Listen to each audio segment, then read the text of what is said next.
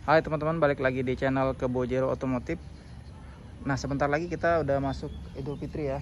Jadi kurang lebih sekitar 3 hari lagi ya. Ini hari Jumat dan hari Senin itu udah Idul Fitri. Dan saya rasa kalian udah pada di jalan ya buat mudik, atau yang masih prepare juga mungkin masih ada ya teman-teman. Nah, sebelum itu ya, saya mau kasih tahu ke kalian, ini berdasarkan pengalaman saya. Ada 5 hal yang benar-benar penting menurut saya ya. Sebelum kalian mudik, yang harus kalian cek pada kondisi kendaraan Anda, terutama mobil ya teman-teman. Nah, yang pertama itu kalian lihat dulu secara fisik ya, bagian depan, bagian luarnya maksud saya, itu di kondisi ban teman-teman.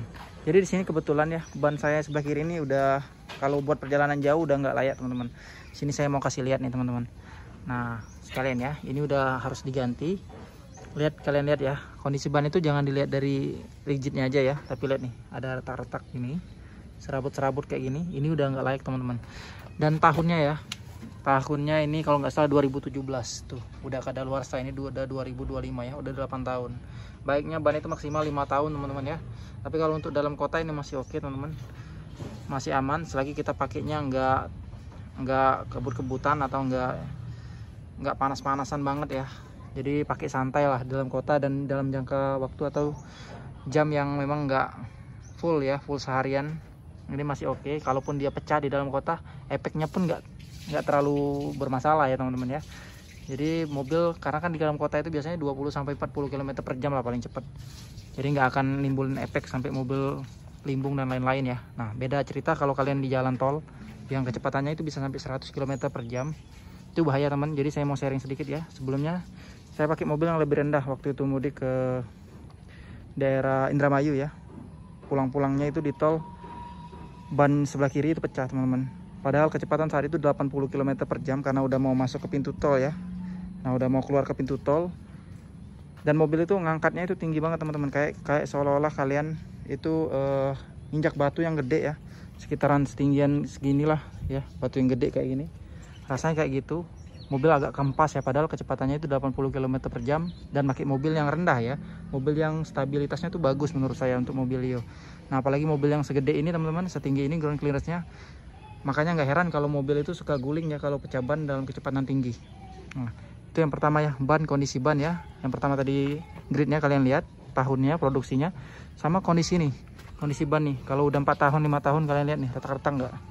Ini kan udah mulai retak ya. Kalau sebelah situ sama sebelah sana masih bagus. Ini satu aja nih yang Gus. Kemungkinan kalau mau beli second aja karena mau ngimbangin yang sebelah sana. Kalau beli baru nanti nggak imbang ya, malah ini tebal, yang lain-lainnya masih sekitar 70-80% semua. Nah, yang itu ya pertama ya, kondisi ban. Dan lalu yang kedua itu kampas rem teman-teman. Jadi pengereman itu hal yang vital juga ya. Jadi mobil kalian apalagi di kondisi jalan-jalanan gunung. Nah, untuk ini baru saya ganti. Videonya pernah saya upload juga beberapa waktu yang lalu, kalian bisa scroll aja teman-teman ya. Untuk kampas rem harus dicek. Biasanya bisa nih dilihat dari sini aja nih, dari dalam sini ya, kelihatan. Dari atas itu biasanya kelihatan ketebalannya. Nah, dari balik sini nih, dari belakang itu kelihatan tebalannya. Tapi kalau mau lebih pasti lagi ya, kalian harus benar-benar buka bannya dan buka kampas remnya. Caranya juga sudah saya buatkan videonya ya teman-teman ya. Kampas rem itu harus kalian lihat secara kasat mata langsung ya, karena yang tebal sama yang tipis itu kadang juga ada bunyi-bunyi, masih ada bunyi teman-teman, tergantung rem yang kampas rem yang kalian gunakan ya. Kalau yang merek-merek KW biasanya suka menimbulkan bunyi-bunyi ya, padahal masih tebal. Nah, kalian harus perhatiin. Terus kalau saran saya ya, kalau kalian ganti yang KW ya, bagusnya dibuka aja. Takutnya ya rumahnya itu ya, besinya itu lepas dari kampasnya itu ya, biasanya nggak kuat, nggak nempel.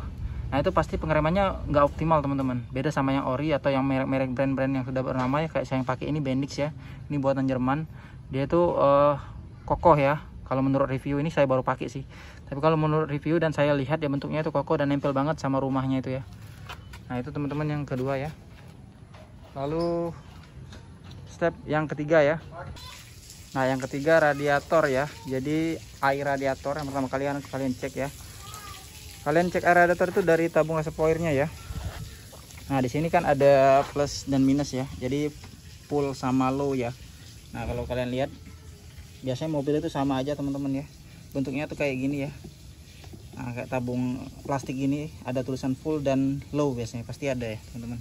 Jadi pastiin ya air radiatornya nggak kurang. Jadi kalau bisa di posisi full aja teman-teman mentoknya, atau di bawah full sedikit nggak apa-apa teman-teman, asal jangan di low ya. Kalau di low kalian harus tambah air radiatornya, karena perjalanan jauh ya, takutnya teman-teman air radiatornya ada penguapan dan lain-lain ya. Kalau air radiator itu udah habis, otomatis mesin kalian overheat teman-teman, pasti pendinginannya kan nggak bekerja secara maksimal ya. Nah kalian bisa lihat di sini ya. Nah untuk air radiator itu tergantung teman-teman ya. Kalau teman-teman biasa pakai air biasa ya, ya pakai air biasa aja, atau pakai air kucuran AC ya. Nah kalau bekas AC, tapi kalau kalian pakai coolant ya, kalian tambah aja pakai coolant teman-teman. Jadi kalian harus tahu ya, biasanya coolant itu warna hijau ya, ada warna biru, biasanya ada warna ungu ya. Saya biasa pakai warna hijau sih. Nah untuk warna hijau, jadi saya pakai warna hijau yang udah ready to use ya. Jadi udah ada campuran air sebenarnya, bukan yang coolant murni ya. Jadi udah ada campuran airnya, tinggal saya tambahin aja ke sini ya teman-teman. Jadi nggak perlu saya campur air lagi untuk radiator. Nah teman-teman, jadi kalian harus cek ya. Di sini juga boleh cek di sini.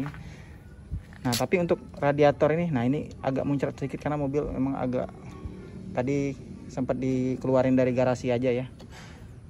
Tuh. Nah ini karena saya campuran air ya, air dengan coolant. Jadi di sini kelihatan tuh agak berkarat ya. Jadi mobil ini informasi aja buat kalian ya. Kalau biasa pakai air campur coolantnya, jangan pakai yang full coolant ya.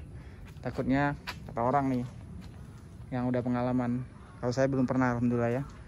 Coolant itu bisa merontokkan karat, dan efeknya nanti karat-karat itu bisa menyumbat kisi-kisi di bagian radiator.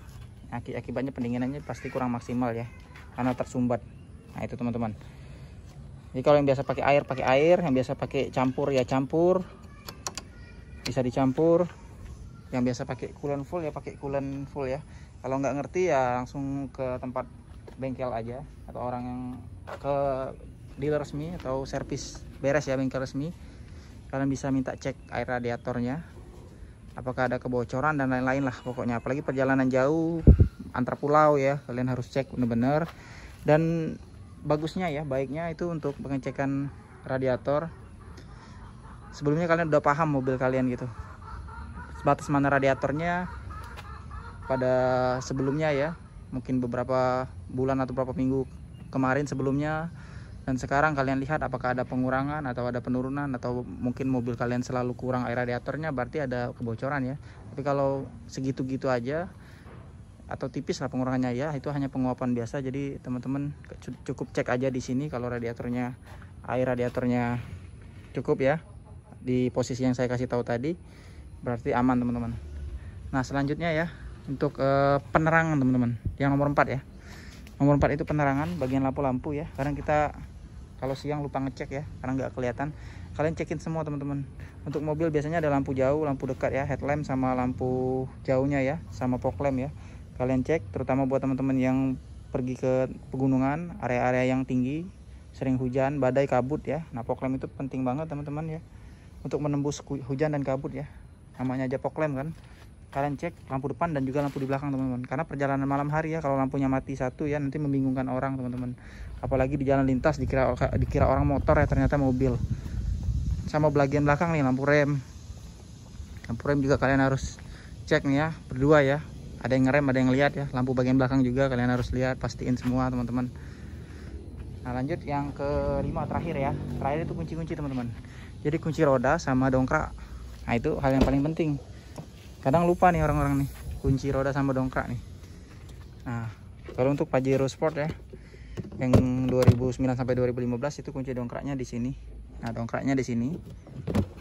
Nah jangan cuma dicek aja, tapi kalau lama udah nggak pernah dipakai, coba difungsiin teman-teman ya, bisa atau nggak dipakai. Nah untuk kuncinya di sini teman-teman. Tuh kalian harus cek bener-bener ya bagian itu, karena di jalan ya, di jalan pasti aja ada entah ban kempes, nggak tahu bannya pecah teman-teman. Jadi kalian harus ganti roda ya, apalagi di kondisi malam hari di tengah hutan, mau pinjam di mana kunci roda ya susah ya, bahaya banget. Jadi kalian harus aware sendiri lah.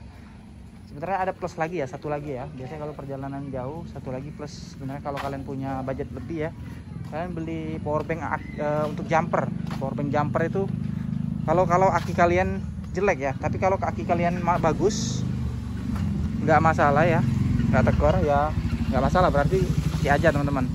Tapi kalau maksudnya pakai aja, maksud mobilnya pakai aja, nggak usah pakai sediain powerbank jumper ya. Tapi kadang nih ya, saya pengalaman juga nih waktu di Bogor, aki masih bagus sebenarnya teman-teman, tapi saat nunggu antri ya, nunggu antri masuk ke Taman Safari, pada saat itu anak saya main-mainin lampu nih di dalam mobil. Kondisi mobil waktu itu mati ya, jadi dia hidupin kontak mainin lampu hazard ya, lampu-lampu ini puter-puterin ya, namanya anak kecil ya lampu ini. Saya nggak ketahuan, akhirnya pas mau jalan akinya tekor, padahal mobil masih kategori mobil baru pada saat itu.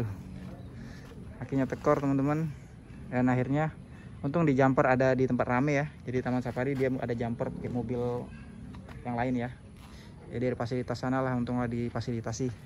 Nah bisa jadi ya, pengalaman seperti itu penting juga. Kalau kalian ada lebih uang ya enak beli yang powerbank. Sekarang udah canggih ya, powerbank jumper udah ada teman-teman, kapasitasnya sesuaiin aja. Jadi buat teman-teman selamat mudik ya, hati-hati di jalan. Pokoknya yang paling penting itu fokus. Kalau ngantuk istirahat, kalau capek ya istirahat juga, ngopi lah teman-teman. Tapi ini bulan puasa ya. Nah buat teman-teman yang muslim ya, perjalanan jauh ya, jaga stamina ya, apalagi lagi puasa. Semoga kalian selamat sampai tujuan. Buat teman-teman yang mudik ya, mungkin video ini bisa bermanfaat buat teman-teman yang sekarang mau lagi persiapan ya. Kalian cekin lagi lah sebagai remember kalian ya. Besok-besok cek tuh, setelah lihat video ini cek semua tuh mobil kalian. Oke, mungkin segitu aja video atau informasi dari saya ya. Sampai jumpa di video saya selanjutnya. See you teman-teman.